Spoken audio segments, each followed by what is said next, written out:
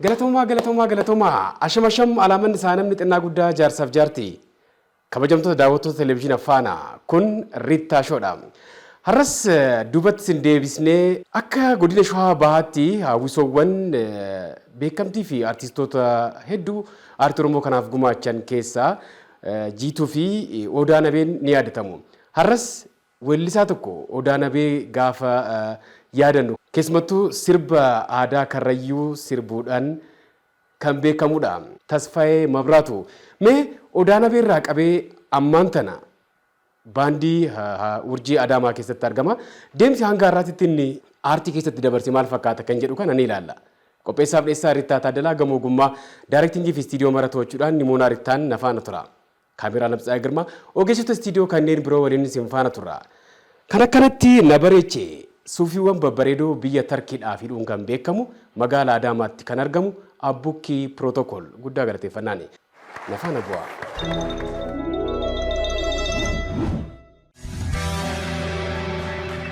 Hayyee kabajamtoota daawwattoota keenya ceesiftuu booda walitti deebinee jirra. Riittaa Shoo televezyiina Faanaatiin daawwachaa jirtan. Keessummaan keenya irraa aartistii waliigalaa Tasfaayee Mabraatu. Tasfaayee Mabraatu. Abeet. Baga nagaan naa dhufte. Baga nagaan eegde Riitta. Chiirsi haa jennu? Chiirsi haa jennu. Hayyee. Kee malee taatilee dubbii. Wanni kun hafu jechaa jiru?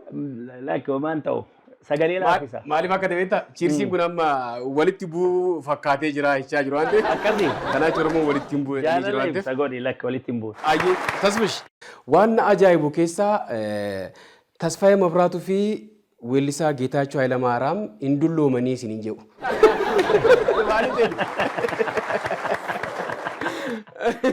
Hayyee manii irraa jalqabdee aartii Oromoo kana keessatti dhugaa dubbachuudhaaf aasaa kaffaltee hanga ammaatitti abdii osoo hin kutatin jireenya aartii hin beekta wanti jiraatanii miti.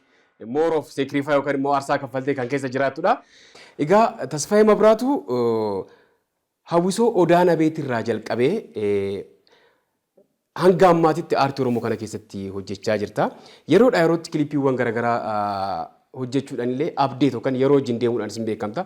Tibba kanarree haalli biyyi teenya keessa jirtu ilaaluudhaan raayyaa ittisa biyyaa jajjabeessuudhaaf sirba bareedaa baaftee miidiyaalee garaagaraa irratti arginee jirra. Tasfaayee Mabraatu hawwisoo Odaa Nabee gaafa hundoofte keessumattuu sirba naannoo Karrayyuutti sirbamu hayyee manee isaanii hawwisoon sunillee Odaa Nabeen sirriitti kan beekamte jechuun ni danda'ama. Sirba cidhaa aadaa Karrayyuu na fakkaata. Akkaataan sirba kanatti sirbite waa dhagaye. Seenaan kun dhugaadha. Abbaa keetitu baadiyyaa Karrayyuu keessaa sirba kana siif waraabe? Baay'ee dursa ta'eef Geetaachoon dulloomtanii jettee miti? Namni dulloomu bahe. Hamileetu dullooma. Waaw. Hamileetu dullooma. Namni hamileedha yoo dulloome achumaan dadhabe kufee hafa jechuudha. Namni garuu of eegu nageenya ofii eege exersaayisii adda addaa yoo hojjete hojiin ati hojjettu aartii kun ispoortiidha beeki. Garaafu jalqaba kan dulloomu saayikooloojii kan xiinsammuu kan hamileedha. Eeyya. Maaliif umriin nama tokko harka waaqaa jira. 50-60 dheerittaan murteessuu hin danda'u. Maaltu si dhibe? Maaltu si dhibe? Hojii waaqaa keessa galtaa. Bareedamee hayyee manii taa deebinu. Baay'ee hayyee maneen aadaa Karrayyuuti. Aadaa Karrayyuu kana maal seete baandii Odaa Nabee keessa godina Shawaa Bahaa jechuudha. Baandii Odaa Nabee san keessatti yeroo san laggeenfaa tiraampetiidhaan jiru. Dassaaleen gurbaa mana qopheessaa hojjetu tokko liidii hojjeta. Kiflumaa immoo kan jedhamu akoostik diraamii kana taphata. Beeziidhaan ijoolleen iddoo adda addaa achitti walitti gurmaanii hojjechaa turanii weellistoota baay'eetu ture. Baandii jabduu turte. Baandiin sun baay'ee cimtuudha. Baay'ee aadaa Oromoo baay'ee aadaa Oromoo haaraa kan aadaa uummata keenyaa baasuu irratti baandii cimtuu akka waliigalaatittis Odaan Nabee akka waliigalaatittis bu'uura keetteetti. Bu'uura Oromiyaadhaaf bu'uura. Baay'ee baandilee Oromiyaa keessa jiran keessa har'a maqaan isee haa dagatamu malee baandiin Odaa Nabee sirbuma Karrayyuu aadaa Karrayyuu saniin sirriitti beekamti. Uummata Karrayyuu kana daa'imummaadha abbaan koo sangaa kana daldala beekta. Godina Karrayyuutti Fantaalleetti Harargeetti jechuudha. Uummata Karrayyuu kana wannoodhaan waraabee fida viidiyoodhaan viidiyoo maal jedhi Kaameraa xiqqisuu takka hin jirtu. ashikaa maali kan jedhu ashikaa hin waraabaa. Ani uummata Karrayyuu kana seenaa sirriitti natti hima beektaa uummanni Karrayyuu kun odoo aadaa fi seenaa eenyummaa ofii hin jijjiirin still no aga ammaatitti still no uummata Oromoo jaallatamaa Oromoo biratti uummata jaallatamaadha beektaa kanaaf ijoolleen aadaa haa qorannu jedhan baandii Odaa Nabee keessa jiran jechuudha koreen yeroo sanaanis koreen ture Saamii Abbaa kee barbeekta kan muuziqaa qindeessu Dibaabeen faa jiru Sarkaalan faa Nuraddiin faa Asaffaa Birroo faa ijoolleen corree naannoo kana wajjin turree haa qorannu jedhaniit qorachuudhaaf eessa deemnaa Fantaallee deemna jechuudha. Fantaallee hin deemne waggaa deemnu mana ciidhaa keessatti seennee ilaalle beekta. Mana ciidhaa Karrayyuun akkaataa ciidha gaggeessu asiin ijoolleen shamarranii ni sirbu achiin ijoolleen dhiiraa dargaggeessi qeerroon kun ni sirba. Abbaan gadaa immoo mootii kan ta'e hoogganaan isaanii jechuudha. Abbaan gadaa achi dhaabbatee ijoollee isaa wajjin waa dudubbatan kun mana cidhaa keessatti kan gaggeeffamudha beektaa. Kanaaf nuti waggaa qorannu tippikaalii aadaa san achitti qorannee jechuudha. Ayyemanee maneen amma sirba cidhaati naan jechaa jirta? Baay'isawwee ayyemanee manee sirba cidhaati. Baay'isawwee Addisuu Karrayyuu illee baandii keenyarraa fudhate amma. Alalaasaa Odalaa kan jedhu san. Nutu qoratee fidee akka baanditti. Addiseen naannoo Wallagga kanatti dhalate. Namni baay'ee garuu waanuma Karrayyuu dhalate fakkaata. Mucaa cimaa waan ta'eef. Saamii Abbaa kee bar yaa'u wajjin sirba san wajjin deemee qorannee finnee Addisuunis sirba san fudhate. Alalaasaa Odalaan sun tiksee gaalaatuyyuu sirba beektaa gamaa gaman gareedhaan dhaabbatanii qarreerra jechuudha yookaan immoo sululli yoo jiraate gamaa gamana dhaabbatanii Alalaasaa wadala ganna hayyee kara biichaticha ure kara biichaticha ure jedhanii walqaansoo wal qabatanii abbaan injifata san sirbaa deema kana kan sirba Addisuun sirbu jechuudha. Sigalee kara biichaticha ure jennuun gaala goromsa jechuudha biichaticha ure jechuun.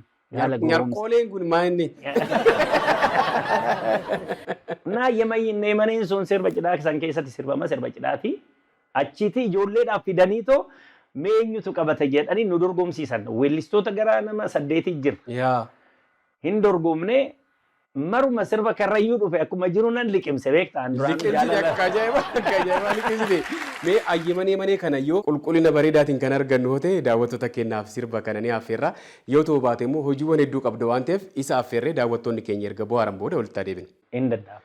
Kabajamtoota daawwattoota keenyaa mee sirba Tasfaayee Mabraatu kanaan yeroo bareedaa dabarsaatii walitti deebina. Hayyi daawwattoota keenyaa walitti deebinee jirra. Artistii waliigalaa Tasfaayee Mabraatu waliin jirra. Tasfish. Abeet. Gidduutti sirboota hedduu hojjetteetta. Ayyemanee manee booda jimmaadhaan immoo akka ajaa'ibaatti kaate deebite. Sirreedha. Lootee jechuun kun maalinni al tokko maalifan siif kaasa seete mata duree sirboota keenyaa ijoollee koomeedii hojjetan yookaan immoo sirboota keenya akkas naanneessanii itti bohaarsaniif carraa ni uuma. Mee ijoollee dargaggoo kanarraa haa kaanu amma Abdoo Karrayyuu sirboota isaa keessaa ayeetuu, jiituu, itittuu kana. Jiituu, itittuu sirriidha. Isa qofaa miti urgeessaan illee kiniinii garaa waan jiru tokko sirba. Yaa kiniinii garaa kun araqeedhaaf sirbame moo kan jedhan hin jiru. Looteen dubartii amalli ishee akka lootuu wayii ta'e jaalatteeti moo waa'ee sirba sadii kan sidhibu riittaanii amma sirba Jimmaa kana godinaalee Oromiyaarra deemna nuti yerootii hundoofneetoo hojii hojjennu sanitti innaa deemnu aadaa hundaan qoradhaan tuffadhu aadaan Oromoo walqixa ija qixaatiin ilaale maaliifi Jimma Elubaabor Oromoodha afaan haasaa fedhiin qaba beektaa maaliif sirba Jimmaa kana wannoo sirbu jedhee Jimma gaafa deemnetti jechuudha hurrumuu deemne beektaa hurrumuu karaa Elubaabor san biyya Yoonaas Lamaayyoo fa'aa hin deemnee waggaa deemnu akkaataa uummanni sirbu sana seemicha isaa ijoolleen Jimmaa baay'ee jaalala namaafillee hin kennu akka aadaa isaaniillee hojjetan godha aadaa kiyya baay'ee aadaa isaanii qofa miti nan deemee nan dhaggeeffadhee walalotti walaleesse beektaa itti walaleesse walaloo looteen dhuftuun jedhee lootee laphee koorra lootee beellama koo tasuma na gootee jedha. beellamni ko silaa hoo jimaataa nan dhufamoo ittan dhiisa laataa jedhee alumatti irratti barreessee achiin alanaalanii beeyta. Akkuma irri kummiin uummata kamisee biratti beekamu koomaniidha alanaalan. Tasbish asitti waan bareedaa tokko sitti maa sirba Salamuun Dannaqaa namoota remix godhan namoota hedduu akka jiran hin beekta. Sagaleedhanis waltajjii irratti illee namoonni hedduu sirbu. Innaa hiriyaa kiyya tokko waan akkasii kana hordofee waan nama kofalchiisu natti maa boontuu koo ka jedhu kana sirba waltajjii irratti. Jaalalli kee takkaa nan ta'a jennaan nan teechisu. Nan deema jennaan nan deemsisu. Nan nyaadhe jennaan nan nyaachisu. Hamilee na dhowwe. Mucaan gaafa walaloo kana ibsu akkaataa inni itti sosocho'u mucaadhaan baay'ee tokko ajaa'ibeen. Mucaan kun jaalala moo taayifoodiitu isa qabee?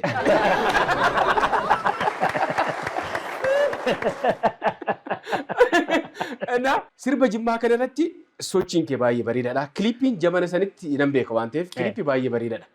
Mee sirba kana daawwattoota keenyaaf affeerree ceesiftuu booda walitti deebina.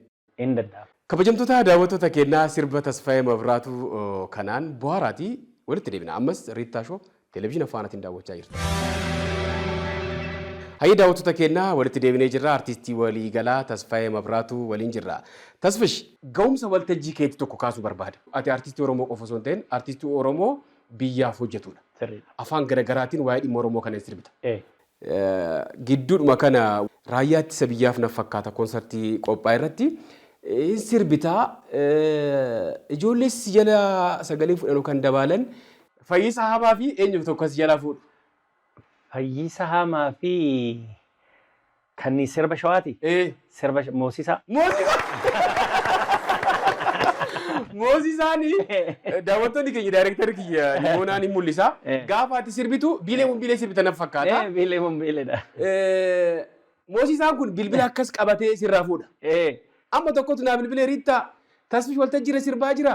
Moosisaan tokko moobaayilii qabatee jalaa fuudhaa jira maali jennaan? Nan laalee jiru battalumatti. San booda maali naan jennaani? Moosisaani sirbi Tasfaayee kun kallattiidhaan darbaa jira waan ta'eef gara biyya alaa sirbicha Arabiffaan hiikaafii jira.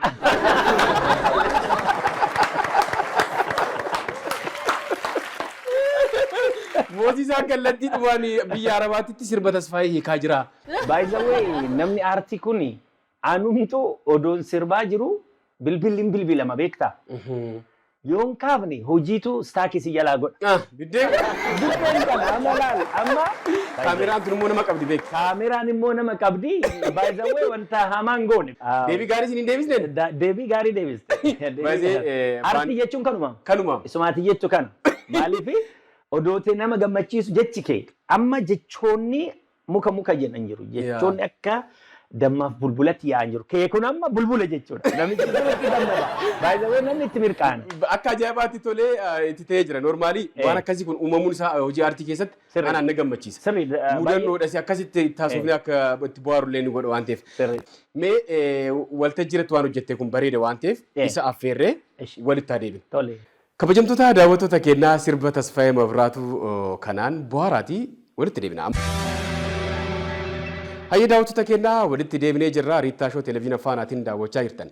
Tasfish muuziqaan tokko ni bariiti. Miti ergaan ishii cimtuudha sirbi suni.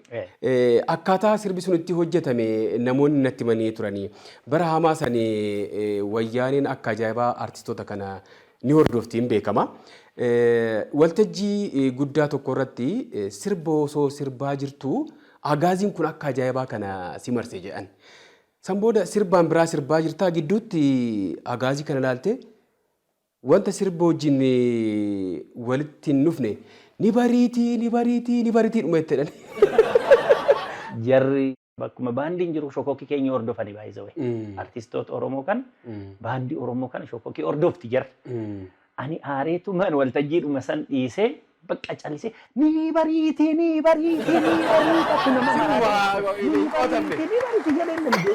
ijoollee maal ta'e Tasfaayeen hin maraatte naan jedhamu. Ati agaazii akkas marsu kana laata? Aaree kan beeku. Ergasii gara istiidiyootti fiddee sirba san? Ergasii bakka gara istiidiyootti fideeta maaliif hin sirbu? Sila hin bariitu Oromoodhaaf hin bariitu sila qarree fi qeerroo keenyaaf hin bariitu uummata Oromootiif nama seenaa qabu nama meeqatu jarri kun fuutee biyya ofiitti daggala keessatti huura keessatti kaanii awwaaltee too warra seenaa dhabsiistee jira. Kanaafi aareetan yoom bari'a waaqayyo maanu dhageeffachuu didee kanumaan achirraan kan ka'e walaloo itti barreesse. Tasfish foollee sirba baay'ee bareedaadha. Ijoolleen achirratti shubbisa irra jiran yeroos baay'ee tokko qaqallaa turanii amma furdatanii jiru galata rabbi. Galannaa. Physical change dha. Maaliif seete namni bar qaamaanis sammuudhaanis jijjiirama hin fida. Isaanis immoo jijjiirama fiduun isaanii nuuf badhaadhina.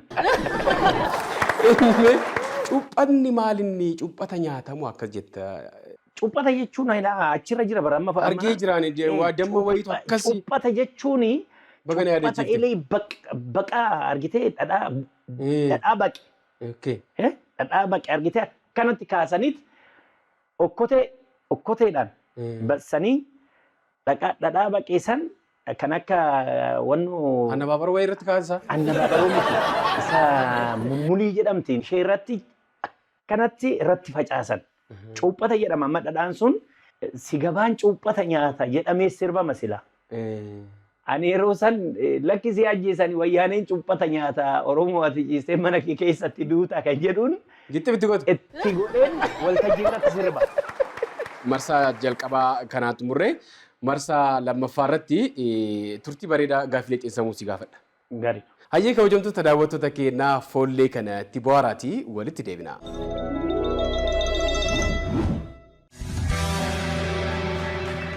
Hayyee daawwattoota keenyaa walitti deebinee jirra. Riittaashoo televezyiina faanaatiin daawwachaa jirtan marsaa lammaffaa gaaffilee xiinsammuu irratti argamna. Tasfaayee Mabraatu mee lakkoofsa tokko haga 10 lakkoofsa jaalattu carraa sadii qabdaa isa jalqabaa lakkoofsa tokko natti himi. Okay, 9. 9. Nama hin muufachiisanii Zeelaaf Woorzii qabeenya yookaan maallaqa kana hin jaalatudha. Wanta lama tolitti hidhatame nama muufachiisuu hin jaalatanii garuu maallaqa jaalatudha. Lakki ani waa'ee maallaqaa baay'isawee anan ilaallatu. Banne. Nan ilaallatu maaliif seetu nan kenna gaafa. Qabeenya godhachuu namni hin jibbaa laata tasfishi. Jechuun qabeenya godhachuu hin jaalataadha. Ani fa mana waliin nan jaaladha qabeenya godhachuu. Anis nan jaaladha. Akkaataa nan jaaladhu garuu adda kiyyaa miti. Fakkeenyaaf ani kiisii kiyya keessa birriin otoo jiru hiriyaan kiyya beela'uun qabu. Maallaqa jaallachuudha nama miidhuudha hiriyaa kiyya. Nama miidhu. Galatoon. Hayyee thank you. Kun naatee jira. Carraa isa lammaffaa. Lakkoofsa jaalattu ammallee. Ita gaamaashii yaamure. Meeqa ishiin? 5. Hayyee. Hirroo. Highly sociable. Waaw. Jireenya hawaasummaa irratti maal fakkaata? Riita. Namni gaa ofiif qabxiin kennu miti. Dhibbaaf dhibbatti aan tokkoffaadha. Garuu? Baay'ee waan tokko sitti hima. Maaliif nu dubatti kanaaf ni beekta? Faranjoonni kan nu caaltu maaliif beekta? Of promootii godhu. Fakkeenyaaf Riittaan who is he? Riittaan maal joornaalistiidha. Anaa kanatu ofii dubbachuu qaba silaa. Ofii dubbatachuu qabda. Faranjiin tokko waa uumee ka'eet. Promooshinii irra caalaa hojjeta. Promooshinii kana natu hojjetee abbaan hojii kanaa aanaa eenyumtu miti kan kalaqee kalaqa kiyya naa baraa uummata kiyya jedheet addunyaa irratti karaadhuma qaawwa argateen beeksisa. Nuti immoo dadhabbinni keenya of dhoksina of cabsina. Carraa isa dhumaa. Lakkoofsa 6. 6. Abshaala yookaan qaruuxee. Gowwaarra wayya. Gowwummaan bakki si fayyadu hin jiru. Nama guutuus hin taasisu beektaa? Karaadhuma barbaadde. Bravo. Kabajamtoota daawwattoota keenyaa ceesiftuu booda gaafa walitti deebinu marsaa isa xumuraa mallattoodhaan ibsuudhaan walitti deebina. Riittaashoo.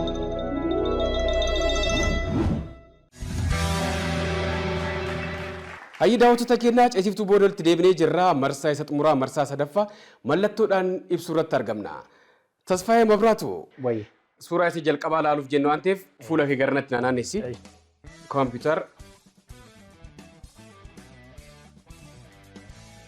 Haya, deebi'i. Suuraan inni jalqabaa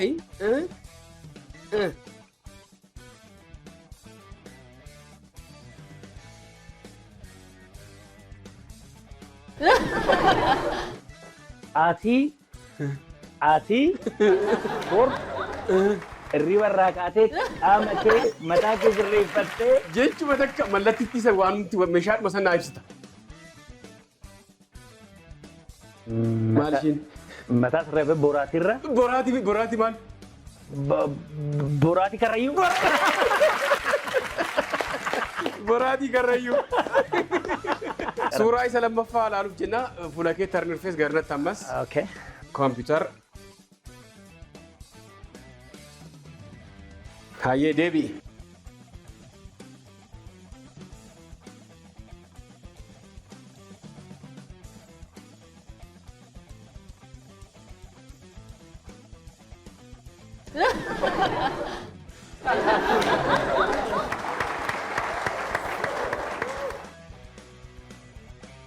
Itoophiyaa keessa dirooniin.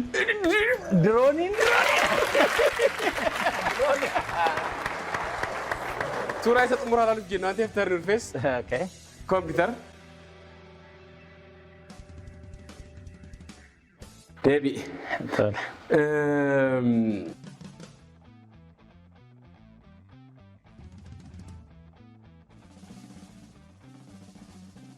Barsiisaadha. Chookii. Amanee nama joogeedha. Amanee yookaan chookii illee ta'a. Chookii Ingiliffaadha. Anis Rittaa Shoo anan artii uummata Oromoo hojjeta. Mucaan kun dadhabeera. Baay'ee dhameera. Bara dheeraa hojjeteera. Ammas hojjechuu danda'a jettee hamileen irratti horuudhaaf na kabajee na yaamuu keetiif Rittaa Shoo long live for Rittaa Shoo. Galatoom. Kabajamtoota daawwattoota keenyaa turtiin artistii waliigalaa Tasfaayee Mabraatu waliin taasifne kana fakkaata. Gama ogummaa daayirektingiitiin istiidiyoo mara to'achuudhaan Nimoona Rittaa qopheessaa Meessaa Rittaa Taaddalaa kaameraa Lamtsaayee Girmaa ogeessota istiidiyoo kanneen biroo waliin ta'uudhaani. Ispoonsarri uffata keenyaa magaalaa Adaamaa gamoo Ooliyaar jalatti kan argamu Abbukkii Pirootokool guddaa galateeffannaani. Torban keessummaa kabiraa taphoota babbareedoo kanneen birootiin walitti deebina. Haga torbanii koraanaa bulaa.